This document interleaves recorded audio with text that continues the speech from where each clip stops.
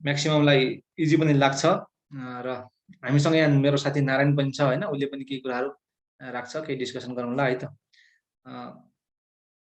अब हामी यी क्वेसनहरु ट्राई गरौँ है त। यसमा फर्स्ट क्वेसन हेर्दाखेरि हाम्रो फर्स्ट क्वेसनमा कन्फ्युजन छ भने चाहिँ बोल्दा हुन्छ है, माइक अन गरेर बोल्दा हुन्छ सबैले, केही फरक पर्दैन। डिस्कसन चाहिँ अलि डिस्कसन गरौँ मजा आउँछ भने है त। सिम्पल क्वेसनदेखि स्टार्ट गरौँ फर्स्टमा। यहाँ क्वेसन के छ भने फर्स्टमा हेरौँ है। Following are the information for valuation of closing stock as on 31/3/2076 भन्ने कुरा छ। यी चाहिँ हाम्रो के भ्यालुएसनको लागि हामीले चाहिँ भ्यालुएसन डेट कहिले रहेछ त, क्लोजिङ स्टक को भ्यालुएसन गर्ने डेट 31 3 महिना असार, त्यही त असारको 31 गते 2076 रहेछ है त। स्टक चाहिँ अब हामीले लिएको कहिले लियौँ त, हामीले अगाडि नै लियौँ भन्ने कुरा हो। अगाडि नै लियौँ किनकि 26 मा लियौँ नि त हामीले हैन। हामीले गर्नुपर्ने यो अब दुईटा कुरा पढाएको छ हामीले, एउटा चाहिँ आफ्टर, एउटा चाहिँ बिफोर पढाएको छ हैन।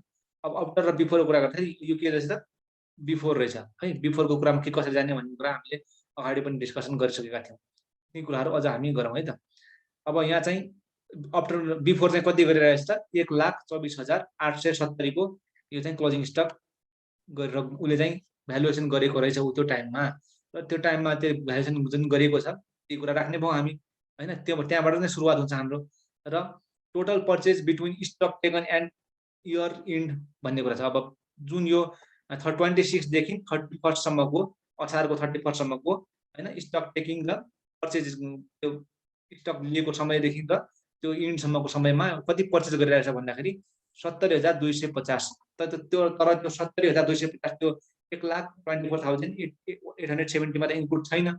किन छैन भनेपछि त्यो त 26 मै लिए हामीले स्टक लिएको हो नि त। त्यो 26 मा लिएको कुरा स्टकको कुरा त हाम्रो अहिले आएर 31 पछि लिएको, 26 पछि लिएको कुरा त इन्क्लुड हुँदैन। त्यसले गर्दाखेरि हामीले के गर्यौँ त, नेट पर्चेज यतिदेखि यतिसम्म हामीले गरेका थियौँ जति पनि त्यो सबै हामीले के गर्थ्यौँ, जोडिदियौँ है यहाँ। किनकि एडिसन हुनु नै कुरा नै थियो।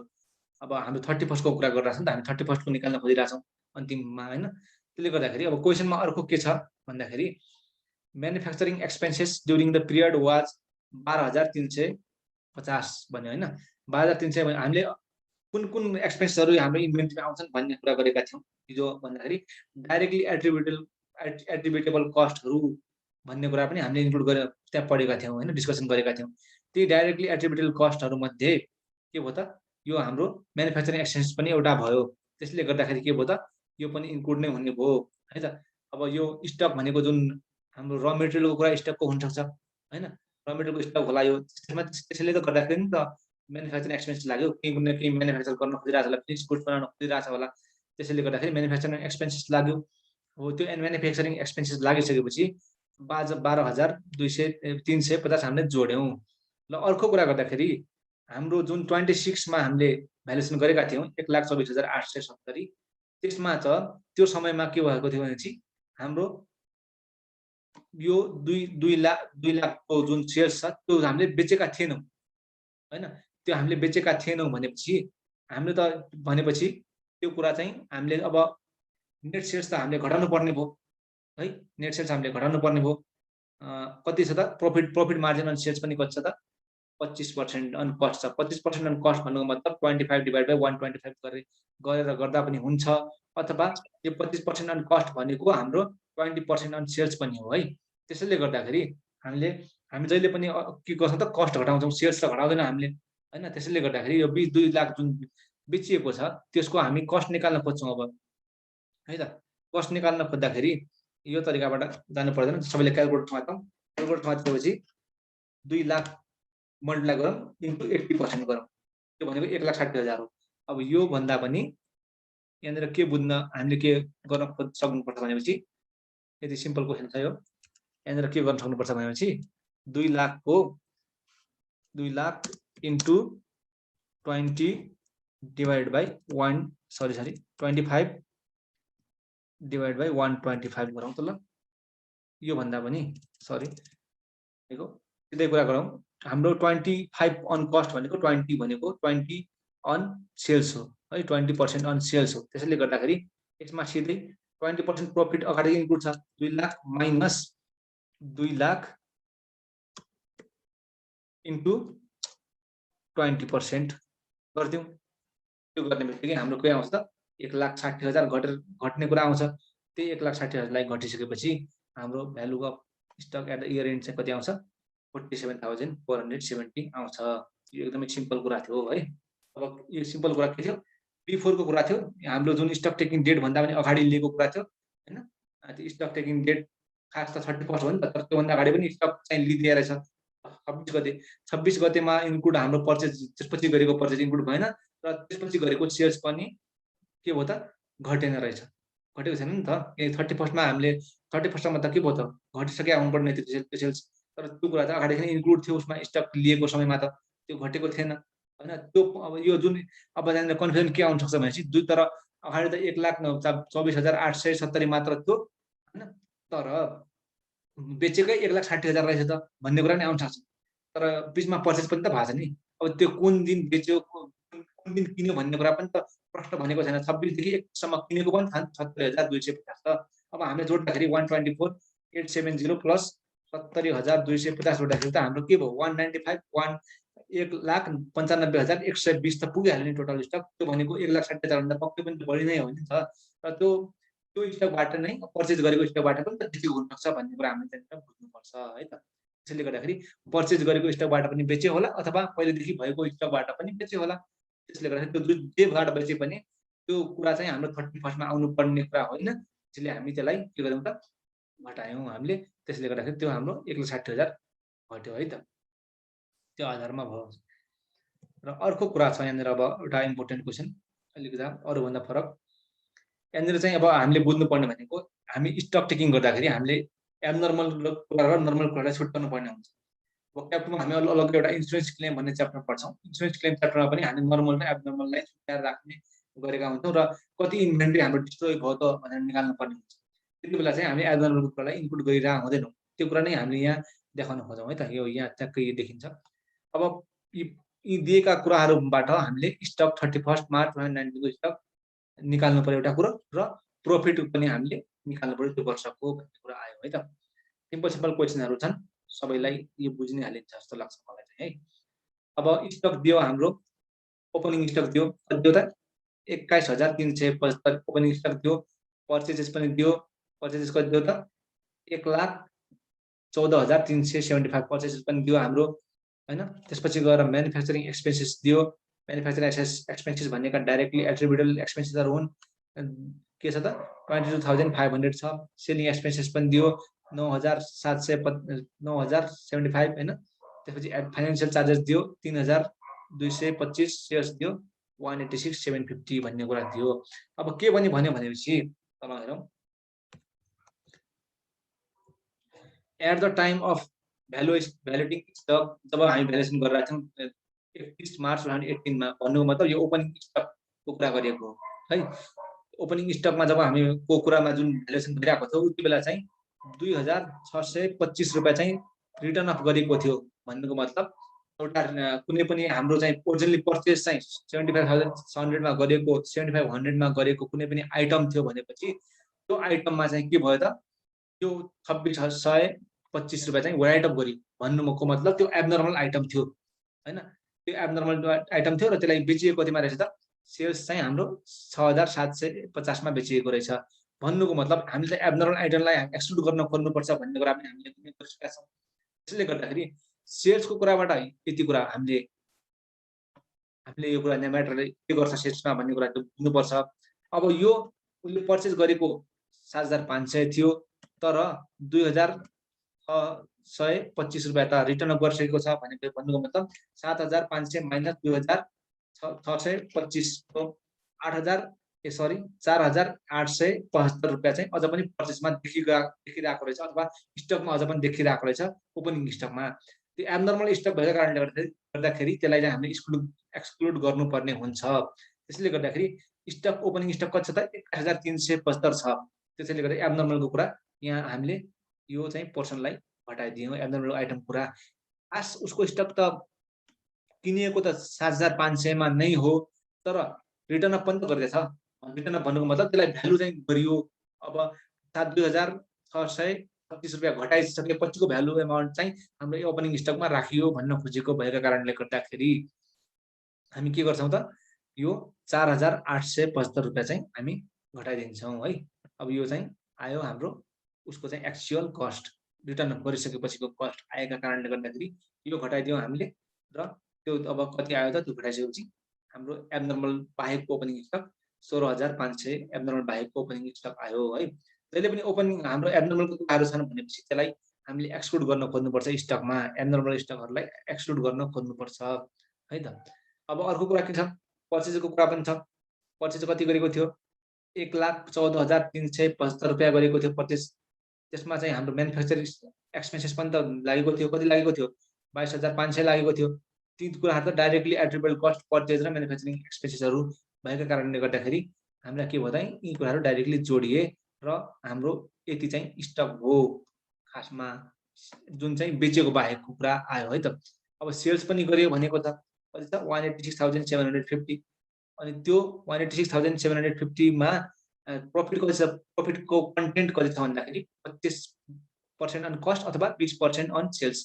इन्टरचेन्जेबली हामीले कस्टको आधारमा भन्नु परेपछि चाहिँ 25% हुन्छ, तर सेल्सको आधारमा भन्नु परेपछि 20% हुन्छ। र हामीले चाहिँ कुन कति बेला चाहिँ ल्याउने भन्ने कुरा हुन्छ। कुन कति बेला ल्याउने भनेपछि हामीलाई चाहिएको के छ, यहाँ सेल्स दिएको छ नि त, हामीले सेल्सको आधारमा इजिली निकाल्न सक्छौँ। कस्टमा किन निकालिराख्ने, कस्टको आधारमा किन निकालिराख्ने, किनकि हामीलाई सेल्सको कस्टिङ नै निकाल्नु पर्ने छ खासमा, दिएको पनि छैन।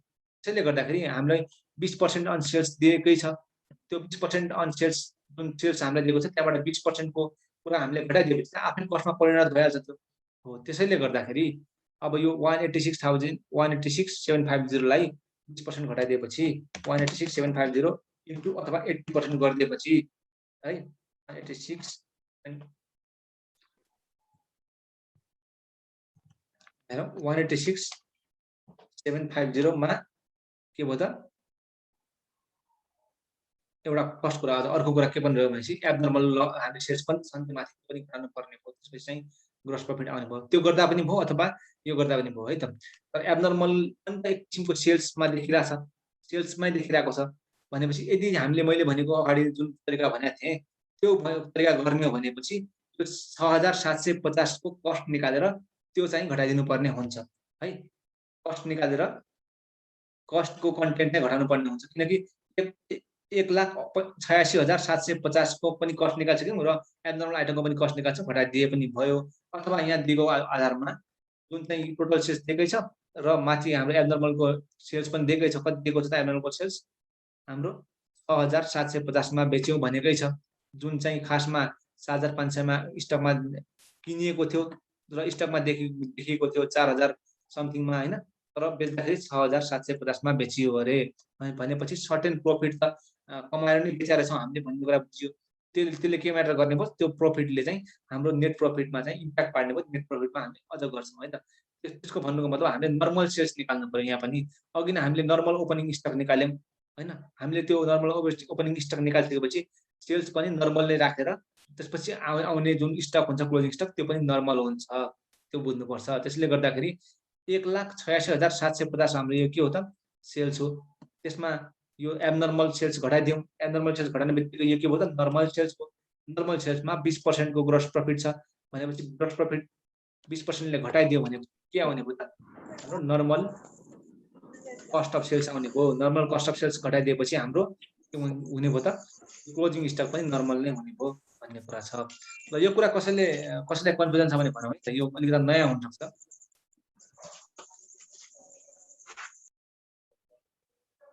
कसैलाई के कन्फ्युजन छ, यो एब्नर्मलको आइटमलाई हामीले जसै पनि स्टकबाट घटाउनु पर्ने हुन्छ है, त्यो कुरा ध्यान दिनु पर्यो। एब्नर्मलका कुराहरूलाई जता पाइन्छन्, जुन अवस्थामा भनेको हुन्छ, चाहे त्यो सेल्समा भनेको होस् अथवा चाहे त्यो पर्चेजमा भनेको होस्, पर्चेजमा पनि भन्ने कुराहरू पनि आउँछन्। यहाँ अब यहाँ चाहिँ ओपनिङ स्टकको कुरा आएको छ, त्यसैले गर्दाखेरि ओपनिङ स्टकबाट हामीले घटाइदियौँ र पर्चेजमा पनि अझ पनि इन्क्लुड छ, पर्चेजमा पनि भनिदिएको भए चाहिँ पर्चेजमा पनि घटाउँथ्यौँ।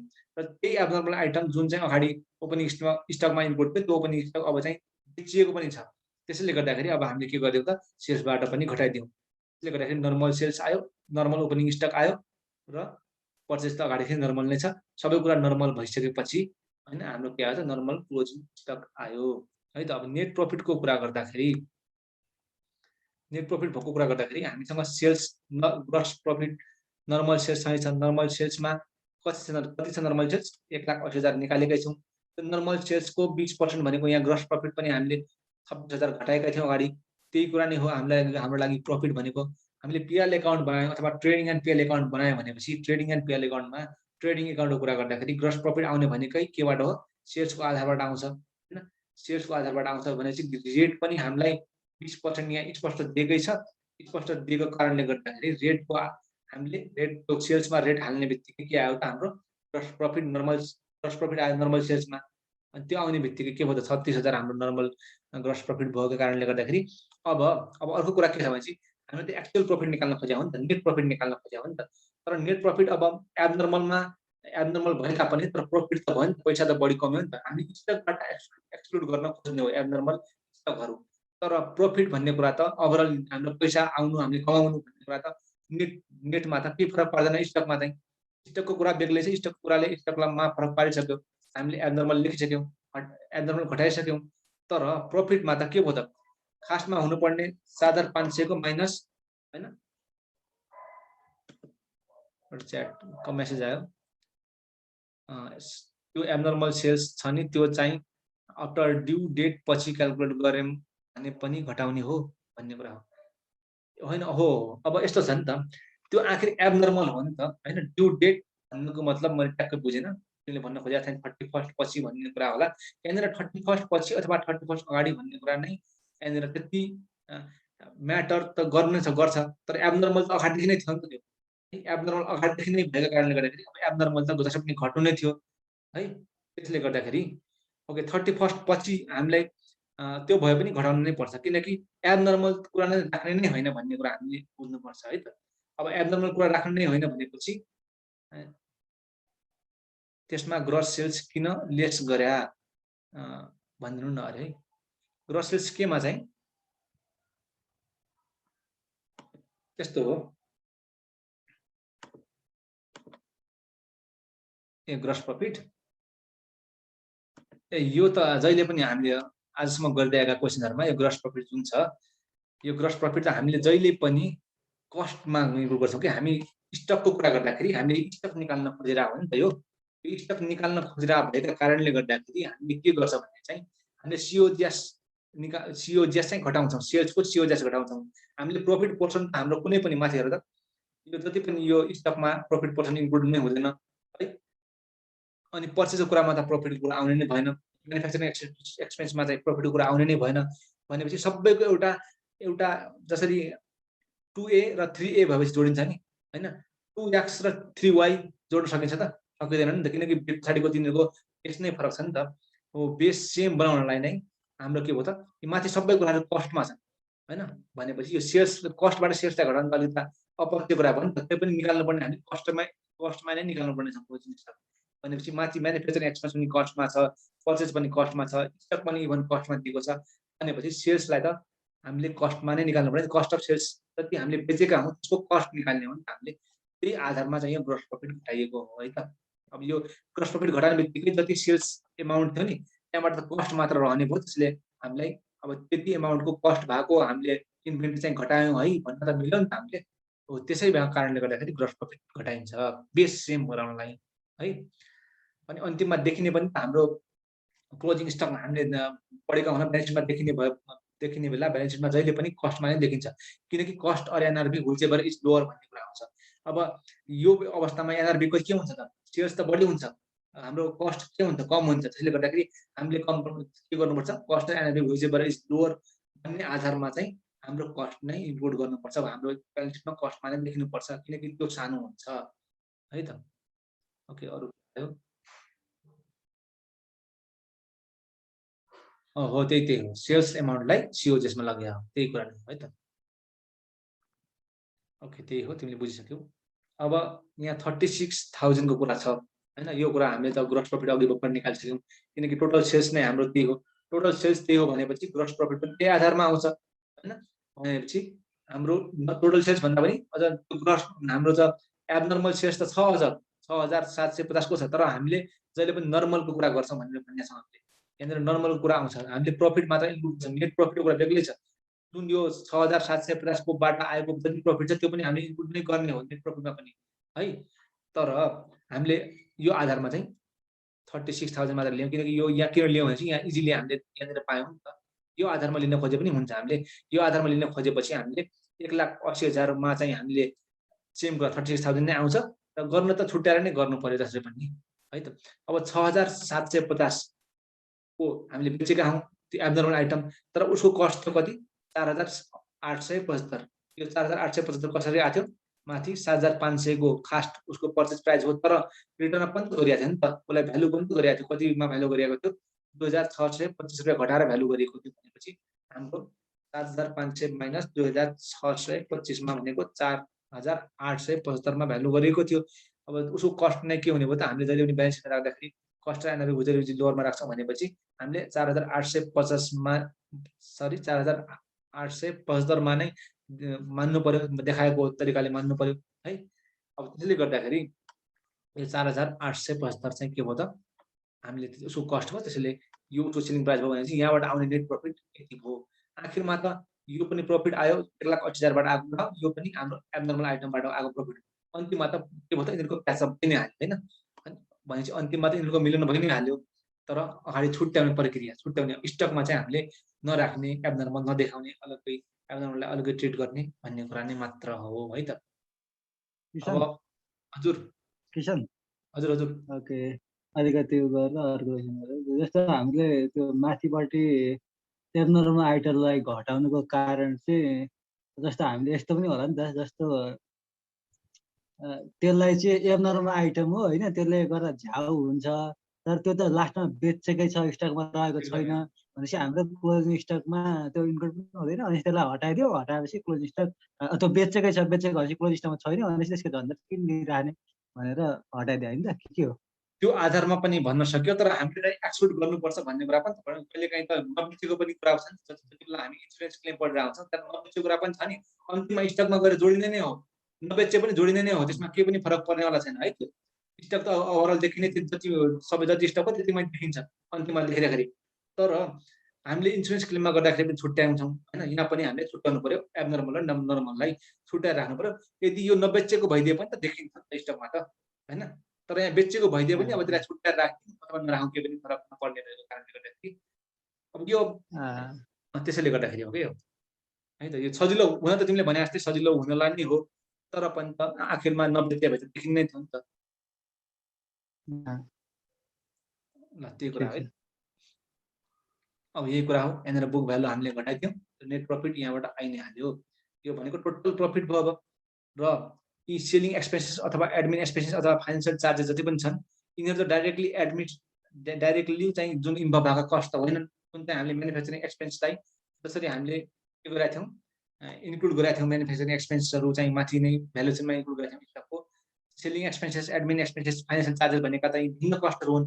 सेलिङ गर्दाखेरि लाग्ने कस्टको एडमिन एक्सपेन्सेस भनेको सेलरीको कुराहरू होलान्, अरू अन्य कुराहरू संस्था चलाउने कुराहरू होलान्। फाइनेन्सियल चार्जेस भनेको इन्ट्रेस्ट होला, कुनै कुराहरू कम्पनीले लोन लिएका होलान् अथवा होइन त्यो आधारमा चाहिँ तिर्ने कुराहरू भयो। फाइनेन्सियल चार्जेस भनेको इन्ट्रेस्टको कुराहरू भयो, अथवा बन्ड लिएको होला, त्यसरी गर्दाखेरि यो फाइनेन्सियल चार्जेस भनेको इन्ट्रेस्टको कुराहरू भयो। यी कुनै पनि चार्जेसहरू डाइरेक्टली एट्रिब्युटेबल कस्ट होइनन्, जुन चाहिँ स्टकलाई प्रेजेन्ट कन्डिसन एन्ड लोकेसनमा ल्याउनलाई कुनै पनि खालले मद्दत गर्ने कस्टहरू यिनीहरू नभएका कारणले गर्दाखेरि हामीले माथि स्टकमा इन्क्लुड नगरेको हो। तर अब चाहिँ तिनीहरू त एक्सपेन्स त हुने त, नेट प्रफिट निकाल्नु जुन छ, यदि हामीलाई एक्चुअल नेट प्रफिट निकाल्नु छ भनेपछि त यी त यो अब हामी पुगिसक्यौँ। ग्रोस प्रफिट निकालिसकेपछि त हामी ट्रेडिङ एन्ड पिएलमा गर्न ट्रेडिङ एकाउन्ट सकिसक्यो, पिएल एकाउन्टमा पुगिसक्यौँ। पिएल एकाउन्टमा पुग्दाखेरि हामीले जुन क्रेडिट साइडमा बाई ग्रोस प्रफिट भनेर देखाउँछौँ र सेलिङ एक्सपेन्सेस, एडमिन एक्सपेन्सेस र फाइनेन्सियल चार्जेस भनेर त्यो हामीले पिएल एकाउन्टको डेबिट साइडमा क्रेडिटलाई चार्ज गरिदिन्छौँ। चार्ज गर्ने बित्तिकै सबै घट्ने बित्तिकै के आउँछ त? Net profit for the year आउँछ है त। कुरा सामान्य कुरा थियो, यो कुरा छ। कुनै कसैलाई पनि कन्फ्युजन छ भने हामीले लेख्दा हुन्छ है त च्याटमा, अथवा माइकले अन गरेर बोल्दा पनि हुन्छ है त।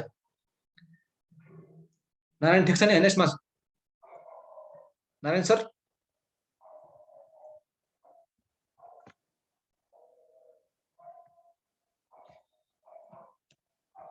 ओके ल है त, ठिक छ। अब जति पनि छ पढाउन के छ। अब 3 नम्बर हेरौँ। एउटा यो हामीले हिजो कुरा गर्दाखेरि अप्टर र बिगको कुरा गर्दाखेरि ब्रान्चको कुरा पनि थियो होइन। एउटा अवस्थामा हामीले हेड अफिस भएर सोध्थ्यौँ, एउटा अवस्थामा हामीले ब्रान्च भएर सोध्थ्यौँ। त्यो कुन अवस्थामा के गर्ने भन्ने कुरा हो। यहाँनिर हामीले अब हेड अफिस र ब्रान्चको कुराहरू पढ्छौँ है त।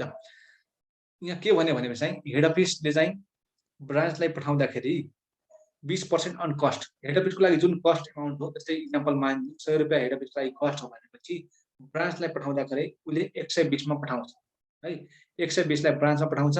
अब ब्रान्चलाई 120 मा पठाउँदाखेरि त उसले पर्चेस कस्ट ब्रान्चको लागि कति हुने भयो त 120 हुने भयो। एउटा कुरा ध्यान दिनु पर्यो पहिलो कुरा है। ब्रान्चको तर्फबाट हेऱ्यो भने चाहिँ 120 त ब्रान्चको लागि कस्ट हुने भयो, हेड अफिसको लागि चाहिँ 100 रुपियाँ नै कस्ट हो र 20 रुपियाँ प्रफिट हो। त्यो एउटा पहिला कुरा बुझौँ है। एकैछिन है त। त्यो कुरा बुझिसकेपछि सेकेन्ड कुरा के बुझौँ भने चाहिँ अर्को यहाँ freight and duties amounting to 10% on invoice value being paid by branch भन्ने कुरा बुझौँ। यो भन्नुको मतलब अब 120 रुपियाँ त उसले एउटा कुनै पनि युनिट किन्न खोज्यो यदि ब्रान्चले भनेपछि उसले अब ब्रान्चले के भयो त 120 रुपियाँ तिर्नुपर्ने भयो हेड अफिसलाई होइन, 120 रुपियाँ तिर्नु पर्ने भयो भनेपछि अझ फेरि त्यसमा 10 रुपियाँ चाहिँ इन्भोइस प्राइस ब्रान्चको लागि के भयो 120 रुपियाँ भयो र इन्भोइस प्राइसमा को 10% पनि के भयो त फ्रेट एन्ड ड्युटिज राख्ने भन्ने कुरा आइसकेपछि 120 को 10% कति भयो त 12 रुपियाँ भयो। त्यो 12 रुपियाँ पनि उसको लागि ब्रान्चको लागि के भयो त फ्रेट एन्ड ड्युटिज भनेर कस्ट नै भयो भनेपछि ओभरअल कस्ट चाहिँ ब्रान्चलाई यो हेड अफिसबाट ब्रान्चसम्म पुग्दाखेरि ओभरअल कस्ट एउटा युनिटमा कति लाग्दो रहेछ त 132 रुपियाँ लाग्दो रहेछ भन्ने कुरा त्यहाँनिर बुझ्नु पर्यो। त्यो 132 मा हेड अफिसको प्रफिट कति मात्र हो 32 रुपियाँ त होइन नि त 20 रुपियाँ मात्र हो नि त हो। त्यो कुरा पनि एउटा बुझ्नु पर्यो है त। त्यो कुराले बुझ्नु पर्यो। एउटा कुरा फर्स्टमा के बुझ्नु पर्यो ब्रान्चको लागि कस्ट भनेको 120 हो र प्लस 10% इन्भोइस, त्यो इन्भोइस कस्ट भनेको 120 हो, त्यसमा 10% फ्रेट एन्ड हाम्रो ड्युटिज पनि लागिरहेछ भनेपछि त्यो पनि जोडिनु पर्यो 132 हुने भयो 6 मिलाएर। तर हेड अफिसलाई कस्ट कति हो 100 हो र हेड अफिसलाई प्रफिट कति हो 20 मात्र हो नि त। त्यो 20 को त्यो फ्रेट एन्ड ड्युटिजको त हेड अफिसको कुरा केही पनि भएन त्यहाँ। त्यसैले गर्दाखेरि अब त्यो कुरा यी दुईवटा कुरा हामीले बुझिसकेपछि अब अगाडि बढौँ है त। अब द स्टक टेकिङ डेट भनेको 31 12 महिना 2012 रहेछ। बट कहिले लियो त हाम्रो 1 महिना 10 गते लिदियो अरे है। भन्नुको मतलब यो आफ्टरको कुरा हो है, आफ्टर लियो। यहाँनिर बिफोर आफ्टर कुरामा जुन हामी धेरै झुकिन्छौँ यहाँनिर चाहिँ हामीले के बुझ्नु पर्यो यो आफ्टरको कुरा हो, आफ्टर लेखिसकेपछि कुरा हो भन्ने कुरा है। The price for stock was agreed to be cost to head office to be increase by actual expenses incurred by the branch less 6000 भन्ने कुरा भयो। अब के आयो भनेपछि the price for stock was agreed to be cost to head office त्यो कुरा नि हो है। प्राइस अफ स्टक चाहिँ हेड अफिसलाई के गर्नु भन्ने के रहेछ त कस्टमा नै उसले मेजर गर्ने रहेछ भन्ने कुरा हो। एग्रिड टु बी कस्टमा नै हेड अफिसलाई मान्ने भयो प्राइस स्टकको प्राइस चाहिँ। र to be increase by actual expenses incurred by the branch, actual expenses चाहिँ जुन ब्रान्चले इन्कर्ड गरिरहेछ त्यो त्यो त्यो त्यो पोर्सन पनि उसको लागि चाहिँ इन्क्रिज गरिने भयो हेड अफिसलाई भन्ने कुरा हो। लेस 6000 त्यहाँबाट 6000 चाहिँ घटाइदिनु पर्ने भन्ने कुरा है त। यो क्वेसनमा अहिले हामी सोल्युसनसँगै गरौँला अझ मजाले बुझिन्छ। र त्यसपछि आयो कुराकानी स्टक चाहिँ branch at branch cost amount to यति भनेपछि स्टक चाहिँ जुन दिन स्टक लिएको थियो त्यो चाहिँ ब्रान्चको कस्ट ब्रान्चको कस्टको आधार भन्न खोजेको छ है यहाँ।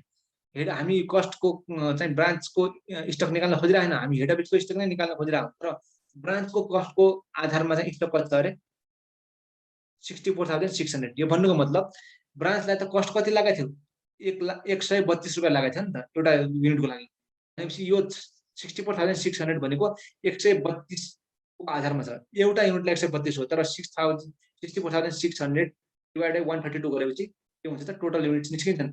र हामीले यदि अब त्यो कुरा टोटल युनिट निस्किन्छ त्यति नै मात्र बुझौँ, अझ तल बुझ्छौँ होइन। र अर्को 6000 चाहिँ ओके क्वेसन 132 कसरी है तल पनि छ यहाँ म भन्नेवाला नै थियो ऊ यहाँ हेरौँ है त। राम्रोसँग बुझौँ यहाँ क्वेसन नै तल दिएको छ फर्स्टमा है त। हेड अफिसले जहिले पनि ब्रान्चलाई पठाउँदाखेरि क्वेसनको आधारमा कति मान्ने हेड अफिसको लागि कस्ट भनेपछि जस्तै मान्ने एजम्पसन भयो 100 भनेको केही पनि देखाएन नि त कस्ट भनेपछि हामी 100 एजम्पसन राख्छौँ है। 1 रुपियाँ राख्दा पनि हुन्छ केही पनि फरक पर्दैन, 1 रुपियाँ राख्दा पनि हुन्छ है हामी 100 राखौँ अथवा 10 राख्दा पनि हुन्छ केही पनि फरक पर्दैन तर हामी सजिलो हुन्छ हामीलाई गर्न त्यसैले गर्दाखेरि हामी 100 राखौँ। 100 रुपियाँ मानिदिउँ भनेपछि 20 रुपियाँ त मार्कअप भयो, 20 रुपियाँ 20% प्रफिट खान्छ भनेपछि त्यसमा अनि यो 120 चाहिँ के भयो त इन्भोइस प्राइस भयो। एउटा कुनै पनि कस्ट आइटम किन्नलाई चाहिँ ब्रान्चको लागि इन्भोइस प्राइस यो भयो। तर ब्रान्चको लागि अर्को पनि एउटा खर्च के छ फ्रेट एन्ड ड्युटिज छ। फ्रेट एन्ड ड्युटिज भनेको 10% अफ इन्भोइस प्राइस भनेछौँ त्यो 10% इन्भोइस प्राइस भनेको 12 रुपैयाँ यो हो है। त्यसैले गर्दाखेरि यो चाहिँ हाम्रो 132 भएको हो। त्यसरी टोटल ओभरअलमा अब माथि क्वेसनले भनेकै छ,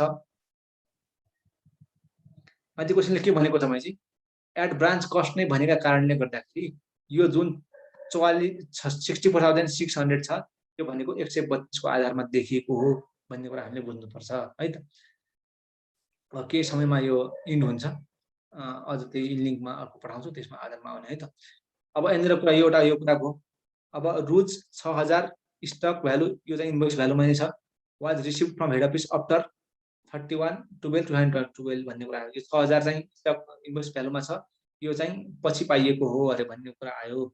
21/12/2012 मा चाहिँ हाम्रो खास स्टकको अडिट अथवा स्टक भ्यालुएसन गर्नुपर्ने थियो, त्यो दिन पछि पाएको कुरा चाहिँ अब त्यो स्टक चाहिँ यो दिन चाहिँ टेकन गरिएको छ भनेपछि यो कुरा पनि त 6000 पनि त त्यसमा इन्क्लुड होला भन्ने कुरा छ हैन।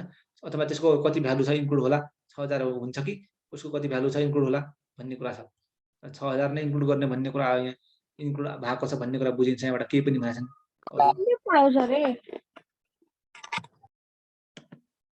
है त। त्यो भइसक्यो, त्यो भइसकेको कारणले गर्दाखेरि हामीले के भयो त यहाँनिर अब के भयो 6000 चाहिँ हामीले घटाउनु पर्ने हो भन्ने कुरा। बट बिफोर यो भन्नुको मतलब यो बिचमा नै यो 10 दिनको अन्तरालमा नै यो चाहिँ हेड अफिसले ब्रान्चमा पठाएको हो भन्ने कुरा छ र सेल्स पनि दिएको छ 10,000 भनेर है त। अब हामीले निकाल्नु पर्ने के चाहिँ 31/12/2012 मा चाहिँ हामीले स्टक निकाल्नु पर्ने हो। अब यहाँ हेरौँ, फर्स्टमा स्टक हाम्रो दिएको थियो 64,600 64,600 के को आधारमा दिएको थियो भनेका थियौँ हामीले, ब्रान्चको कस्टको आधारमा दिएका थियौँ है। र यसमा चाहिँ हेड अफिसको तर्फबाट हेर्नुपर्ने हो भनेर पनि अघि हामीले कुरा गरिसकेका छौँ। हेड अफिसको तर्फबाट हेर्नुपर्ने भनेपछि चाहिँ ब्रान्चको कस्टको आधारमा दिएको छ भनेपछि चाहिँ एउटा कुरा के बुझ्नु पर्यो भनेपछि आफ्नो स्टकमा आफैले त्यो आफूले राखेको मार्जिन त इन्क्लुड गर्दैन नि त हेड अफिसले। जुन 20 रुपियाँ जुन बढाएको छ त्यो कुरा पनि हाम्रो 64,600 मा इन्क्लुड छ नि त। तर 20 रुपियाँ जुन बढाएको छ त्यो कुरा चाहिँ 64,600 मा इन्क्लुड छ। तर यो 64,600 जुन छ त्यो चाहिँ 132 को आधारमा चाहिँ यो ब्रान्चको कस्टको आधारमा चाहिँ यो आएको स्टक हो हेड अफिसको भन्ने कुरा गरेको। आधार चाहिँ ब्रान्चको कस्टको लिएको रहेछ, तर यसमा मार्जिन कति छ 20% है। कसको मार्जिन? हेड अफिसको मार्जिन। त्यो कुरा एउटा फर्स्टमा बुझौँ। त्यसपछि गइसकेपछि एउटा स्टक जुन चाहिँ 6000 रिसिभ गरेको छ त्यो 6000 त के भयो इन्भोइस प्राइसमा रिसिभ गरेको हो नि त। तर इन्भोइस प्राइसमा नै इन्क्लुड गरेको होला त अगाडि नै, जुन दिन यो स्टक गरियो भ्यालुएसन गरियो 10/1/2013 मा त्यो डेमा चाहिँ के यो हामी जहिले पनि कस्टमा गर्छौँ, कस्ट एनआरबी इज लोअर भन्ने कुरा छ। एनआरबी नै त के भयो त एनआरबी अब इन्क्लुड 6000 मै गरेको होला भन्ने कुरा हो। ओके,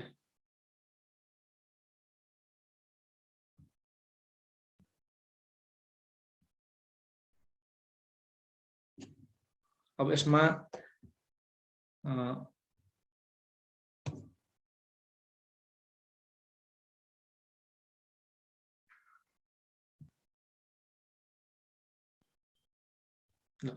अघि हामी कहाँ थियौँ भने चाहिँ यो इन्भोइस प्राइसको कुरा थियो। अब इन्भोइस प्राइस कुनै पनि आइटम ल्याउँदाखेरि मान्यो हामी 6000 है, 6000 मा आयो अरे, तर 6000 के भयो? ओके,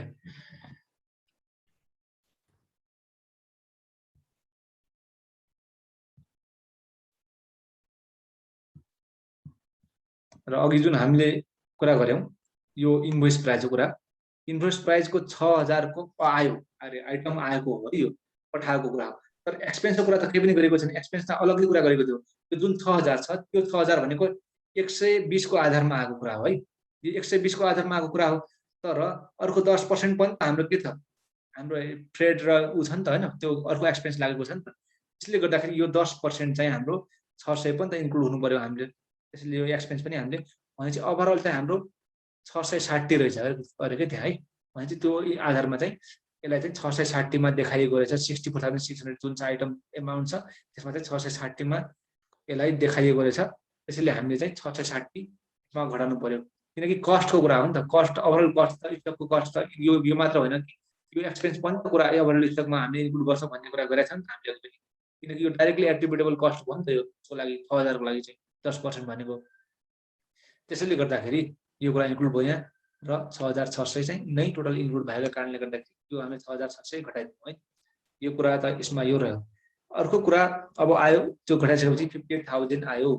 हामीले के अघि पनि मैले के भने यो हामी हेड अफिसको तर्फबाट हेरिरहेछौँ।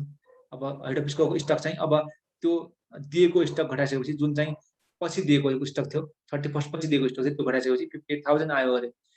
अझ पनि 58,000 कुन कस्टको आधारमा छ भने चाहिँ ब्रान्च कस्टकै आधारमा छ भन्ने कुरा बुझ्नुपर्छ है। ब्रान्चलाई जति कस्ट लाग्छ नि 132 त्यो आधारमा नै यो बनिएको छ, यो कस्टको एमाउन्टिङ यसरी गरिएको छ भन्ने कुरा बुझ्नुपर्छ।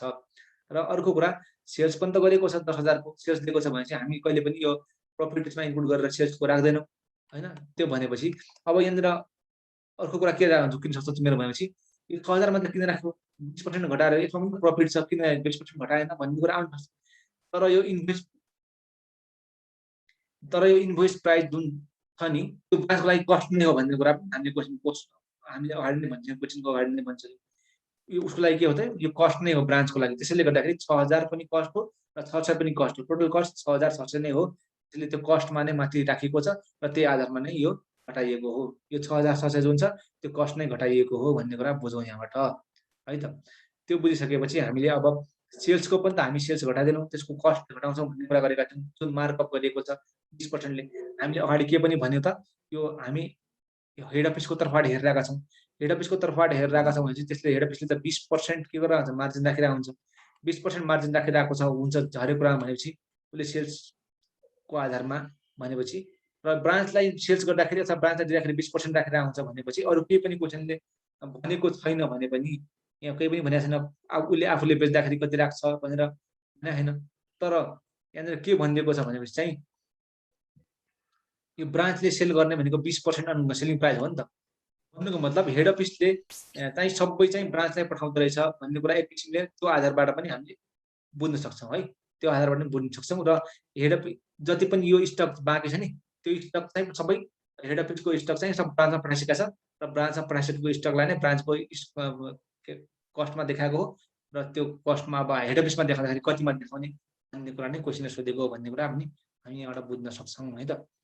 अब अर्को कुरा छ यहाँ यो मार्कअप 20% यो त ब्रान्चले नै बेचेको हो मानव ब्रान्चले नै बेच्छ र ब्रान्चले बेचे तापनि कसको लागि बेचिदिने हो त हेड अफिसको लागि बेचिदिने हो र हेड अफिसको लागि बेचिदिरहेछ भने चाहिँ अब उसको कस्ट नै चाहिँ राख्नु पर्यो नि त किनकि कम्पेरिजन त हामीले बराबरी गर्नुपर्छ भन्ने कुरा पनि त हामीले गरेका छौँ नि त। त्यसैले गर्दाखेरि 2,000 घटाइदियौँ हामीले 2,000 घटाइसकेपछि 8,000 आयो उसको कस्ट 8,000 घटाइसकेपछि अब आयो 66,000 उसको चाहिँ एक्चुअल चाहिँ के आयो त कस्ट आयो स्टकको। तर दुईटा कुरा बाँकी छन् अझ। एउटा कुरा बाँकी छ जुन चाहिँ 6,000 भनेको छ माथि एग्रिगेट डिडक्सन भन्ने कुरा यहाँ क्वेसनले नै भनेको छ ब्रान्च लेस 6,000 भनेर भनेको छ। यो actual expenses incurred by the branch less 6,000 यो जुन 6,000 छ यो कुरा त हामीले घटाउनु त छै बाँकी है।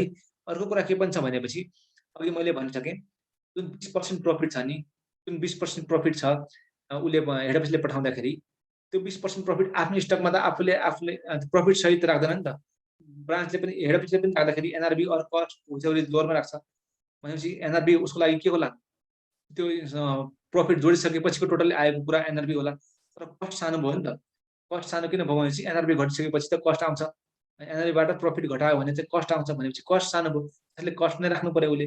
त्यो आधारमा चाहिँ अब कति चाहिँ यहाँनिर आउँछ त्यहाँनिर एउटा कुरा अनरियलाइज प्रफिट भनिन्छ त्यसलाई है।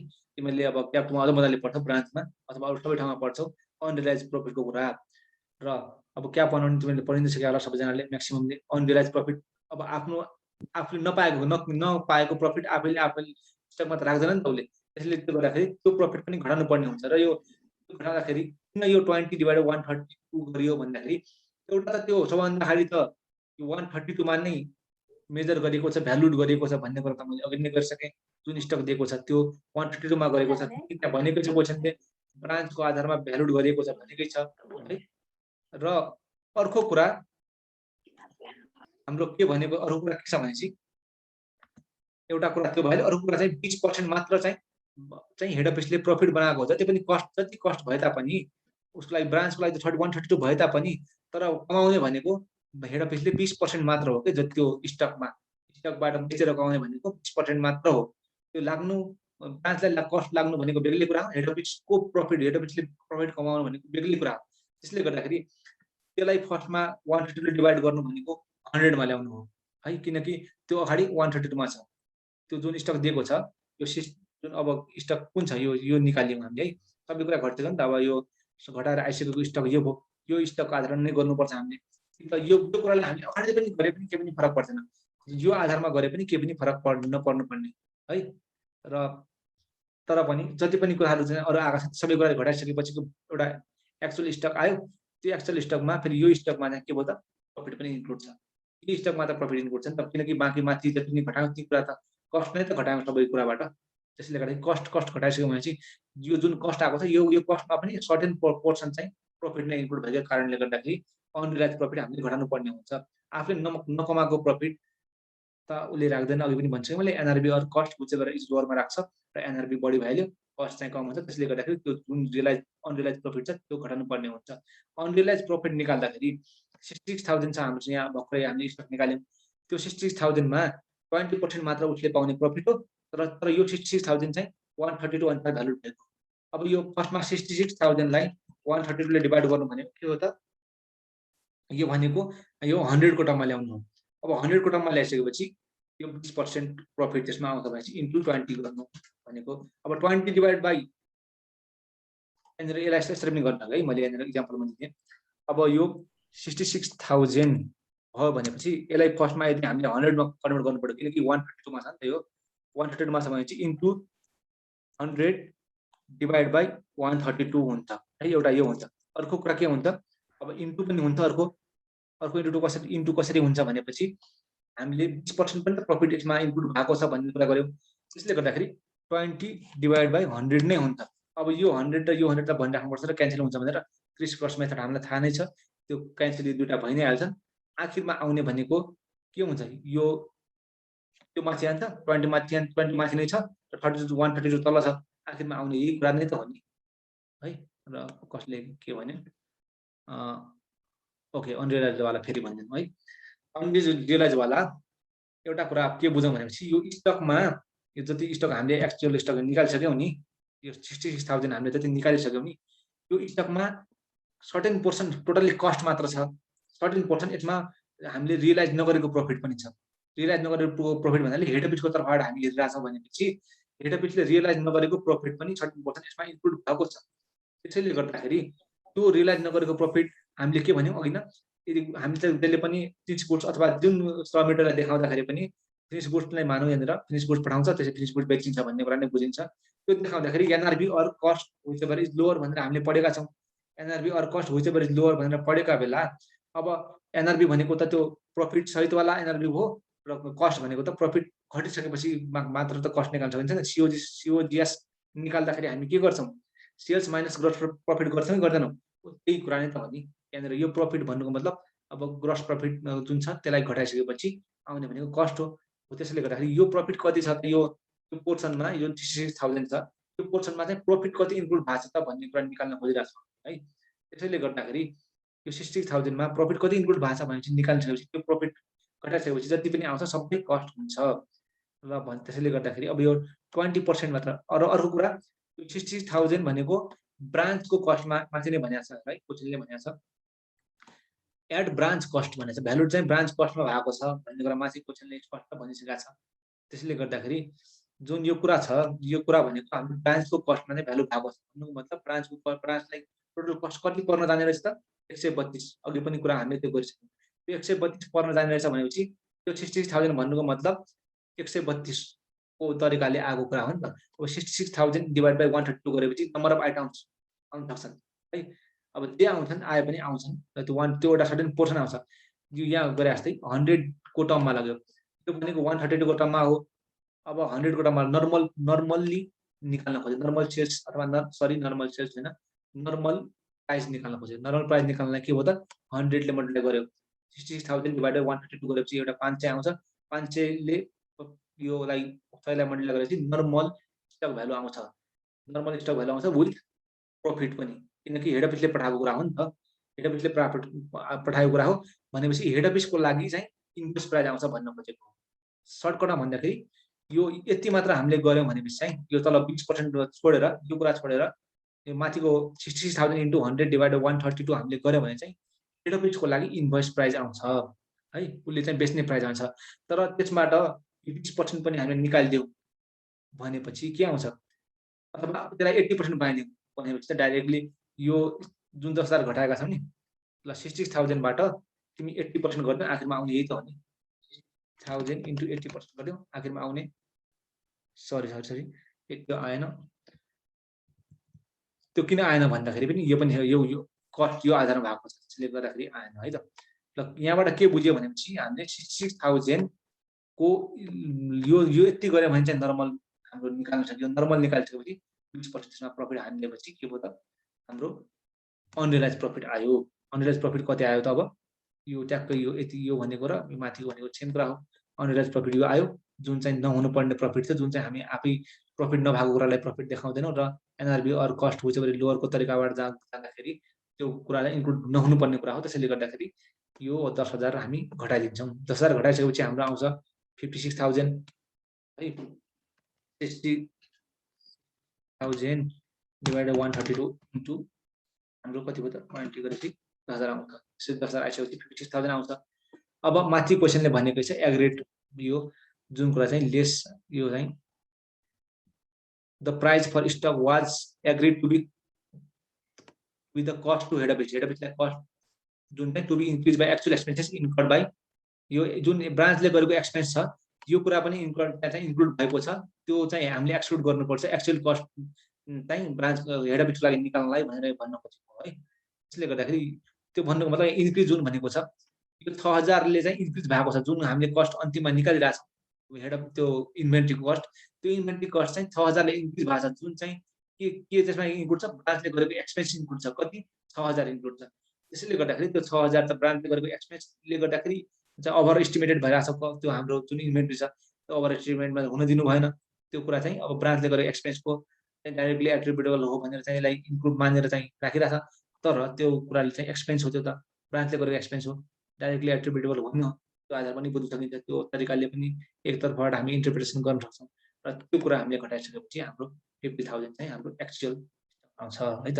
दुईटा कुरा नयाँ भएमा एउटा कुरा चाहिँ माथिसम्म त सिम्पलै थियो, केही पनि थिएन। एउटा कुरा चाहिँ यो अब सिम्पली बुझ्नु पर्यो, एउटा यो इन्भोइस प्राइस भनेको यो ब्रान्चको तर्फबाट ब्रान्चको लागि कस्ट नै हो, किनकि सबै स्टक चाहिँ ब्रान्चमै छन् र हामीले निकाल्न चाहिँ खोजेको हेड अफिसको स्टक हो भन्ने कुरा एउटा बुझ्नु पर्यो। सबभन्दा क्वेसनको मर्म अगाडि सबभन्दा त्यो बुझ्नु पर्यो र त्यसपछि गएर एक्सपेन्सहरू कुराहरू भइ नै हाल्यो, डाइरेक्टली एट्रिब्युटेबल कुराहरू। र अर्को कुरा प्रफिट चाहिँ अब हेड अफिसको तर्फबाट हेरिरहेको छ भने चाहिँ हेड अफिसले चाहिँ चार्ज गरेको प्रफिट नै आफ्नो स्टकमा देखाउँदैन, उसले अनरियलाइज प्रफिट चाहिँ घटाउँछ उसले होइन, किनकि एनआरबी अर कस्ट बुझेपछि लोवरको कुरा गर्दाखेरि उसले घटाउनु पर्ने हुन्छ। त्यो एउटा कुरा यो घटाउँछौँ र एउटा कुरा अर्को यो 6,000 को पोर्सन जुन छ त्यो 6,000 को पोर्सन चाहिँ डाइरेक्टली एट्रिब्युटेड कस्टको रूपमा नै देखाएको थियो। त्यसले गर्दाखेरि जुन चाहिँ डाइरेक्टली एट्रिब्युटेड कस्ट होइन, त्यो चाहिँ ब्रान्चले गरेको एक्सपेन्स हो। ब्रान्चले गरेको एक्सपेन्सले गर्दाखेरि जुन स्टक आएको थियो 56,000 त्यो चाहिँ ओभर एस्टिमेटेड स्टक भएको थियो, ओभर भ्यालुड स्टक भएको थियो, त्यसलाई चाहिँ 6,000 ले घटाइदिउँ, ठ्याक्क नर्मल स्टक अब 50,000 हाम्रो निस्कियो है त। यो कुरा चाहिँ हो। अब चाहिँ बुझ्यो होला जस्तो मलाई लाग्छ।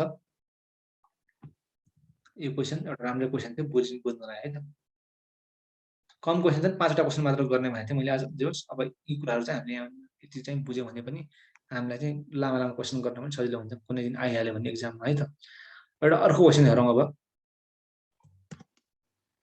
The stock was physically verified कहिले चाहिँ 24 डिसेम्बर 2012 भन्नुको मतलब बिफोर नै गरियो है त भन्ने कुरा एउटा स्पष्ट बुझिन्छ, किनकि 31 डिसेम्बरमा यहाँ भनेकै छ। क्वेसन चाहिँ पढ्दै जाउँ सबैजनाले। वाज भ्यालुड कति भ्यालु गरियो, 2 लाखमा भ्यालु गरिएको छ अरे। र goods are normally sold by trader at profit 25% on cost भन्ने कुरा गरियो। 25% अन कस्ट भन्नेको कुरा के थियो, 20% अन सेल्स पनि हो है। र after stock taking following transaction have taken place. Stock taking गरिसकेपछि, स्टक टेकिङ कहिले गरेको थियो, 24 डिसेम्बरमा गरेको थियो, 31 डिसेम्बरसम्म, 24 डिसेम्बर टु 31 डिसेम्बरसम्म त्यो समयमा यी ट्रान्जेक्सनहरू भए भन्ने कुरा। के ट्रान्जेक्सनहरू भएका रहेछन् त, एउटा चाहिँ सेल्स भएको रहेछ, कति सेल्स भएको रहेछ, 2,21,600 चाहिँ सेल्स भएको रहेछ। त्यो सेल्समा चाहिँ त्यो यही सेल्समा चाहिँ के इन्क्लुड रहेछ त, एउटा अर्को सेल्स के इन्क्लुड रहेछ, सेल्स अफ रुज 10,800। यो जुन 10,800 योमा नै इन्क्लुड छ है, किनकि हुज इन्क्लुड भनेकै चाहिँ स्पष्ट यो 10,800 यसमा इन्क्लुड छ। यो 10,800 चाहिँ एक्चुअल सेलिङ प्राइस भन्दा 20% माथि चाहिँ बेचिएको रहेछ भने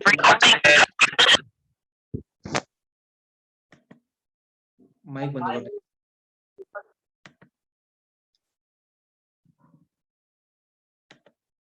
है त। अब यो कुरा के हो भनेपछि यो टोटल सेल्स हो।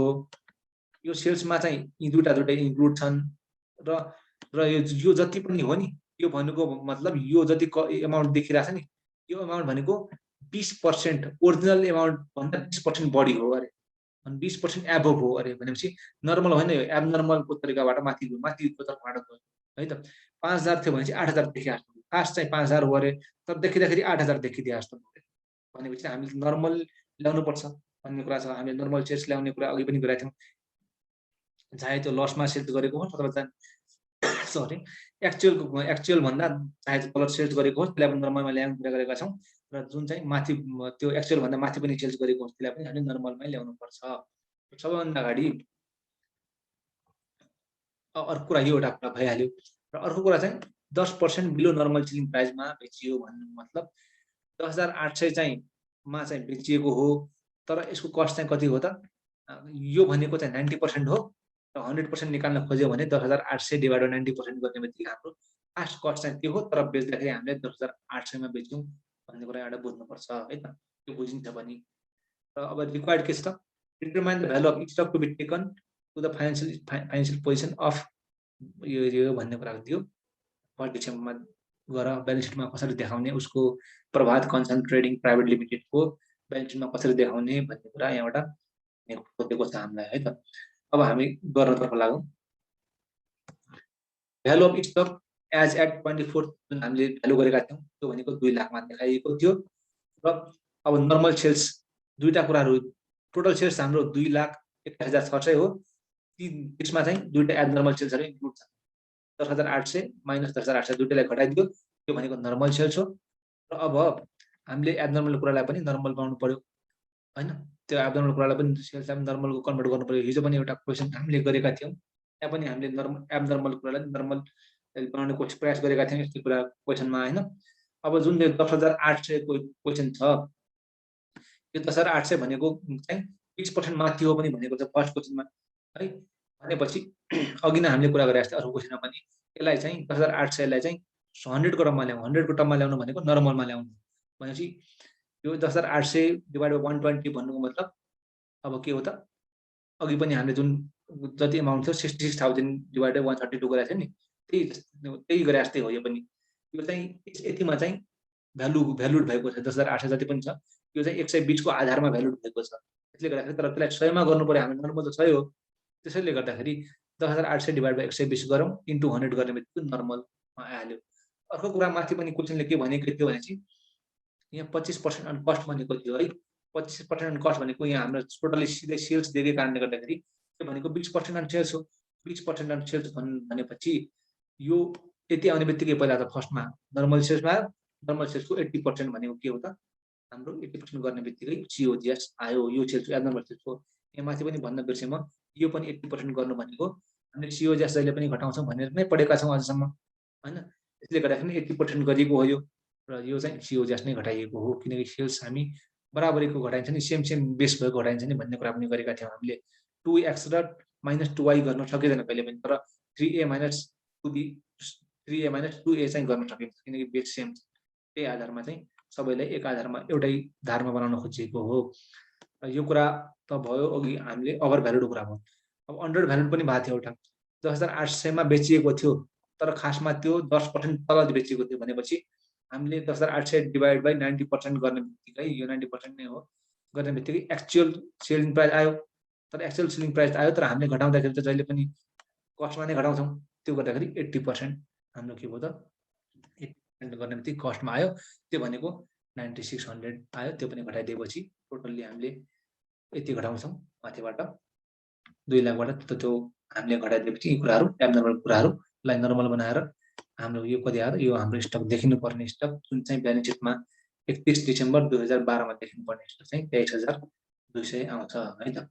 यो कुरा चाहिँ यसरी यहाँबाट चाहिँ हामीले सानसाना कन्सेप्टहरू सिके तापनि अब ठुल्ठुला क्वेसनहरू आइहाल्यो भने यस्तै बढी टाइम लिने क्वेसनहरू त आउँदैनन्, किनकि टाइमको पनि आइक्यानले ख्याल राख्छ कि क्वेसन अनुसारको मार्क्स हुन्छ र त्यो मार्क्स पनि आधारमा नै क्वेसन बनाइएको हुन्छ। यति चाहिँ मार्क्स यति भनेर टाइम पिरियड पनि 5 मार्क्सको छ भने जहिले पनि डिभाइड गर्दाखेरि हामी डिभाइड गरौँ त 60 × 3 घन्टाको हुन्छ भने 180 मिनटको हुन्छ, डिभाइड बाई 100 गर्नु भनेपछि 1 मार्क्सको लागि 1.58 मिनट दिएको हुन्छ है।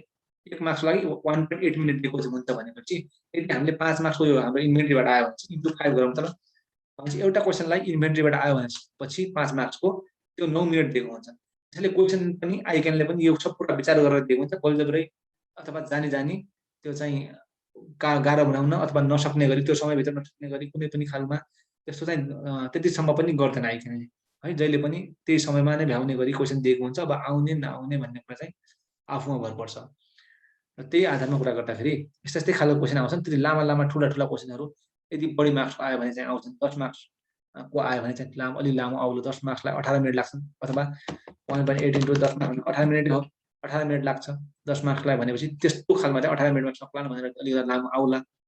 तर 5 मार्क्समा नै यति लामो दिने काम चाहिँ गर्दैन र हत्तपत्त सायद इन्भेन्ट्रीबाट 10 मार्क्सको पनि त्यति साह्रो चाहिँ आइराख्दैन है त। त्यो कुरा पनि हामीले पास्ट क्वेसनको ट्रेन्ड हेरेपछि थाहा नै भइहाल्छ। अब यो लास्ट क्वेसन हेरौँ, एउटा इम्पोर्टेन्ट क्वेसन नै यहाँ चाहिँ के छ, determine the value of stock to be taken to statement of financial position of Humagai trading private limited as at 31 December 2012 मा। अब आएपछि यही खालको क्वेसन आउँछ है, यही जुन हामी अहिले गरिरहेको छौँ नि। अझ अलि गाह्रो आइहाल्यो भने पनि नत्र माथिका पनि आउने क्वेसन नै हुन् 5 मार्क्समा। यो पनि आएपछि यो पनि हाम्रो 7 मार्क्सदेखि 8 मार्क्समा आउने खालको क्वेसन भयो। 10 मार्क्समा हत्तपत्त दिँदैन है त। यो डिसेम्बरको हामीले स्टक निकाल्ने भन्ने कुरा गर्यो। स्टक चाहिँ फिजिकली भेरिफाइड 7 जनवरी 2013 मा गरिसक्यो। तर हामीले यो भनेको के हो, आफ्टरको कुरा हो। सबभन्दा अगाडि हामीले क्वेसनमा हेर्नुपर्ने त्यो आफ्टर हो कि बिफोरको कुरा हो भन्ने कुरा जहिले पनि सबभन्दा अगाडि हामीले हेर्नुपर्छ। आफ्टर र बिफोर पत्ता लगाइसकेपछि त्यही आधारमा हामी कुन जोड्ने कुन घटाउने भन्ने कुरा हामीले चाहिँ गर्न सक्छौँ। त्यसैले गर्दाखेरि सबभन्दा अगाडि आफ्टर हो कि बिफोर भन्ने कुरा पत्ता लगाउनु पर्यो हामीले।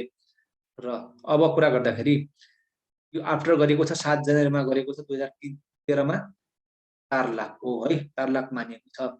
After 31 December the following transaction had taken place till date of stock taking भन्ने कुरा गर्यो है। भन्नुको मतलब 31 डिसेम्बरदेखि 7 गतेसम्म 7 तारिक जनवरीसम्म चाहिँ यी ट्रान्जेक्सनहरू भएका छन्। अब यी कुराहरू त एडजस्ट गर्नु पर्यो नि त हैन, यी कुराहरू एडजस्ट गर्नु पर्यो।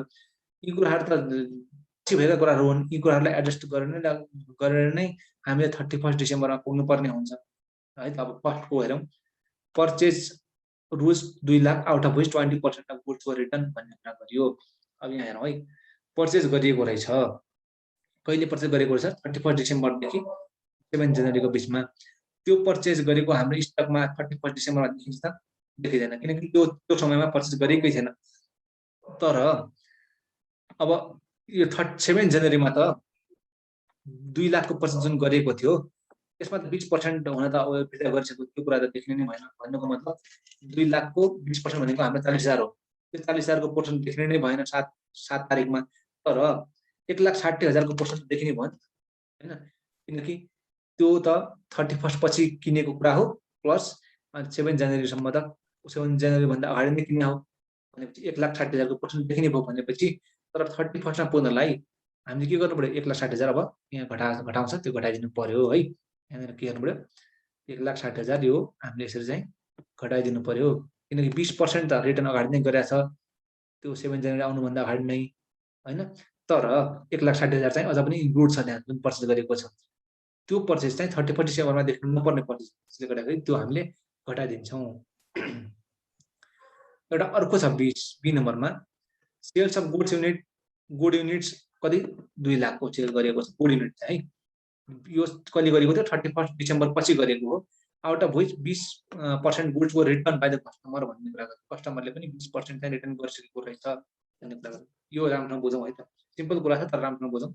यसले के भन्न खोज्यो भनेपछि 31 डिसेम्बरमा चाहिँ त्यो जुन सेल्स भएको थियो त्यो सेल्स 31 डिसेम्बरमा एउटा पक्कै पनि भएकै होइन, किनकि 31 डिसेम्बरमा नभएको कारणले गर्दाखेरि पछि सेल्स भएको छ र पछि सेल्स भएको कुरा चाहिँ 31 डिसेम्बरमा स्टकमै थियो। एउटा कुरा त्यो बुझ्नु पर्यो। स्टकमा कति नै देखिनुपर्छ 2 लाखको आधारमा नै देखिनुपर्छ।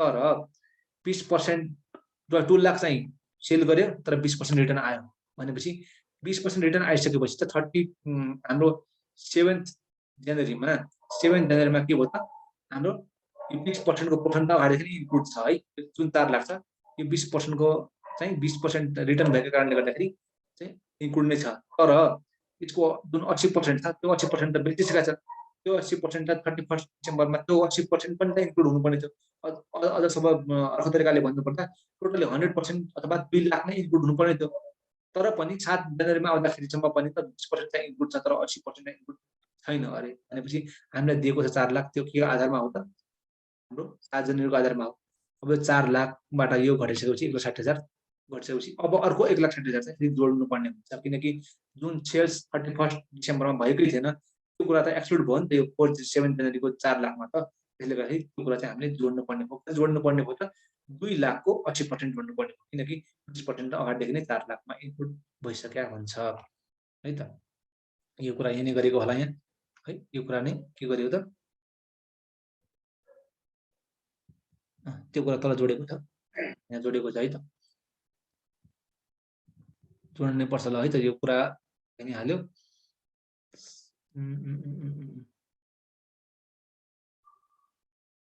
सरी है त्यो अब 80% त जोड्नु पर्छ अर्को कुरा के पनि त भनेपछि हामी त सेल्समा कहिले पनि जोड्दैनौँ त्यो कुरा पनि बिर्सनु भएन हामीले फेरि यो 20% अन सेलिङ प्राइस हो नि त जुन माथि दिएको भ्यालु छ सेल्सको यो भनेको सेल्सको आधारमा हो पहिला एउटा कुरा गरौँ यो 2 लाखको पहिला के गरौँ 80% गरौँ 1,60,000 भयो है 1,60,000 भनेको सेल्स भ्यालुमा हो पर्चेजमा त आफैमा यो पर्चेज भनेको त कस्टमा हुन्छ त्यसले केही पनि गर्नु परेन तर यो भनेको सेल्स एमाउन्टमा छ भन्नुपछि 1,60,000 सेल्स एमाउन्ट हो त्यसको अब कस्ट हामीले जोड्नु पर्ने हो त इन्टु 80% अझ गरौँ 80% गरौँ 1,28,000 हामीले जोड्नु पर्ने भयो है त 1,28,000 हामीले जोड्नु पर्ने भयो किनकि कस्टमा नै जोड्नुपर्छ जसरी हामी सेल्स गरेको बेला चाहिँ अघि नै हामीले सेल्स गरेको बेला घटाउँदाखेरि कस्टमा ल्याएर घटाएका थियौँ त्यसै गरी त अब सेल्स जुन हुनुपर्ने थियो नहुनु पर्ने सेल्स पछि भएको सेल्सलाई चाहिँ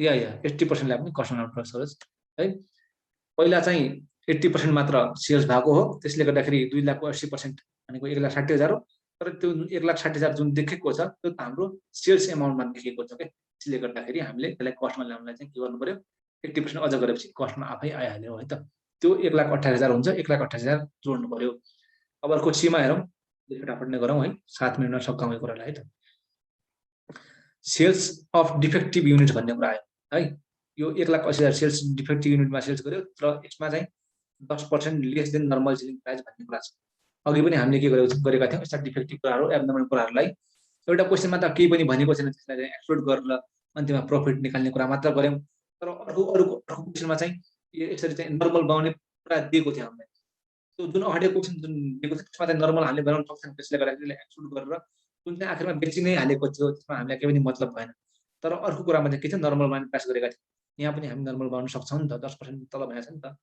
त्यसले गर्दाखेरि यो जुन डिफेक्टिभ गुड छ हैन यो गुड युनिटको कुरा त ओके भइ नै हाल्यो गुड युनिटको कुरा माथि नै 2 लाखको 1,28,000 यो कुरा हामीले जोडि नै हाल्यौँ भर्खरै गऱ्यौँ तर डिफेक्टिभ युनिट पनि उसले बेचेको थियो कतिमा बेचेको थियो 10% तलमा भनेपछि अब यसलाई नर्मलको रूपमा लगाउनलाई 1,80,000 डिभाइड बाइ 90% गऱ्यौँ यो क्या 2 लाख नै नर्मल आयो र 2 लाख खास नर्मल सेल्स प्राइस हो र सेल्स प्राइस मात्र हामी जहिले पनि जोड्दैनौँ कहिले पनि जोड्दैनौँ किनकि अघि पनि हामीले कस्टमा लग्यौँ अहिले पनि हामी कस्टमा लाग्छौँ त्यही आधारमा चाहिँ 80% गर्यो अब 80% किन गर्यो भनेपछि माथि नै 20% अन सेल्स भनेकै छ 20% अन सेल्स प्रफिट हो प्रफिटलाई चाहिँ एक्सक्लुड गर्नु पर्यो नि त हामीले हैन त्यसले गर्दाखेरि हामीले के गर्यौँ त 80% गर्यौँ 80% गर्ने बित्तिकै कस्टमा आयो कस्टमा आउने बित्तिकै हामीले अब जोड्न सक्यौँ भन्ने कुरा यो आयो है त यो कुरा भयो अब अर्को कुरा छ यो सेल्स एन्ड एप्रुभल बेसिसको कुरा यो त यो पनि हामीले कुरा गरेका थियौँ अझ राम्रोसँग अझ पनि गर्छौँ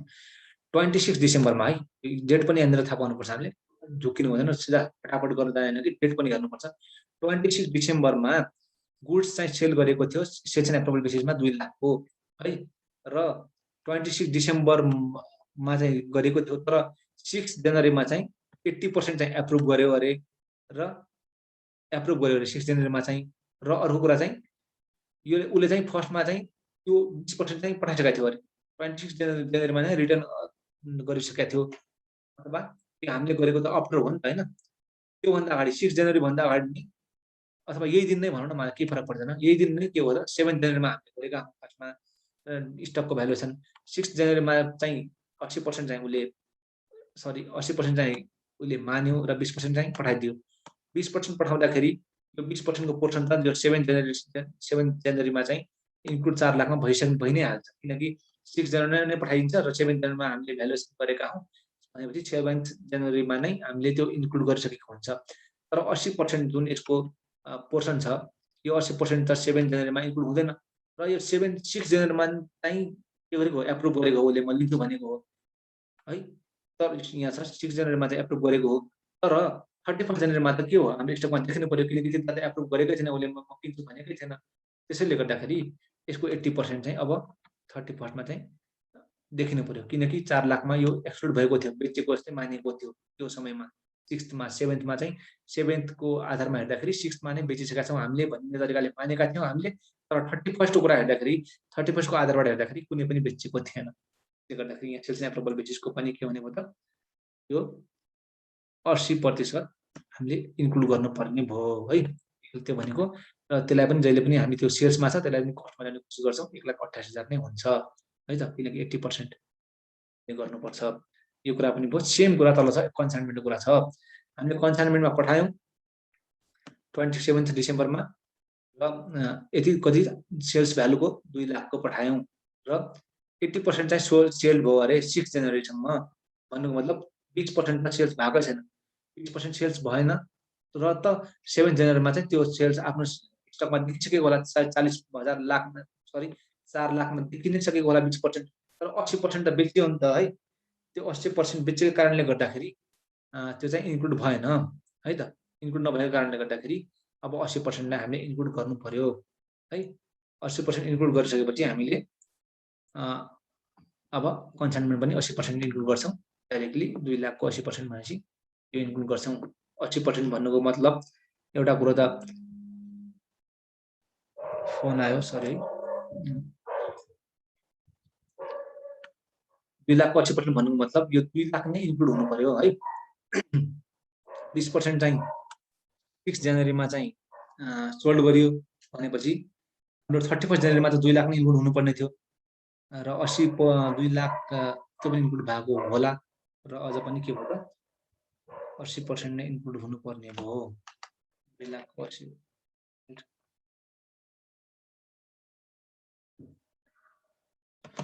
इन्क्लुड भयो, 1,60,000 मा देखियो है त।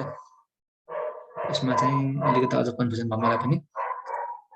कन्साइनमेन्टमा पठाएको थियो उसले र 27 डिसेम्बरमा हो कन्साइनमेन्ट पठाएको 2 लाखको होइन, 2 लाखको पठाइसकेपछि यो चाहिँ 80% मा 6 जनवरीमा चाहिँ बेचियो। 80% चाहिँ 20% मात्र बेचिएको थिएन। 20% बेचिन भन्नुको मतलब 20% चाहिँ इन्क्लुड भएको थियो र इन्क्लुड भएको थियो 80% मात्र देखिनु पर्ने थियो है त। 80% मात्र देखिनुपर्छ यसको। ल ठिक छ। 28 डिसेम्बरमा गुड कस्टिङ 2 लाख छ, जुन चाहिँ अर्काको आधार अर्काले चाहिँ पठाएको थियो हामीलाई कन्साइनमेन्टमा भनेर है। र कन्साइनमेन्टमा हामीले जसरी अरूलाई पठाउँछौँ अरूले पनि हामीलाई पठाउन सक्छ नि त। त्यो आधारमा पठाइएको थियो र आधारमा पठाइसकेपछि 80% चाहिँ हामीले 6 जनवरीमा नै बेचिसकेका थियौँ भनेपछि 7 जनवरीमा चाहिँ 20% जति छ त्यो चाहिँ हामीले आफ्नो स्टकमा चाहिँ के गरेका थियौँ त, त्यसलाई चाहिँ अदर ब्यापमा चाहिँ स्टकमा चाहिँ राखेका थियौँ, इन्क्लुड गरेका थियौँ। किनकि त्यो अर्काको भाग छ तर पनि इन्क्लुड गरेका थियौँ हामीले भनेपछि त्यसको 20% मात्र हामीले के गर्नुपर्ने भयो, घटाइदिनु पर्ने भयो, किनकि त्यो हाम्रो हुँदै होइन। त्यो घटाइसकेपछि अन्तिममा आउने चाहिँ के हो त, हाम्रो अन्तिममा आउने कुरा नै त्यो हो। र यहाँ के लेखेको छ भनेपछि no adjustment has been made in respect of goods return by customer to whom goods. यो ठिक छ, यो के पनि फरक परेन। Okay, no adjustment has been made in respect of goods sold out of those receive for sale on consignment basis. यो कुरा पनि अहिले भर्खरै हामीले गरेको कुरा नै हो। यति नै खासमा कुरा हो है त। यसमा खासै यस्तै खालको क्वेसनहरू आइरहेका हुन्छन्। यी कुराहरू गर्दै गएपछि भइहाल्छ, गाह्रो छैन है त। अब अरू च्याप्टरहरू चाहिँ हामी गर्दै जाउँला, कहिले कहिले गर्ने भनेर चाहिँ डिस्कसन गरौँला है त।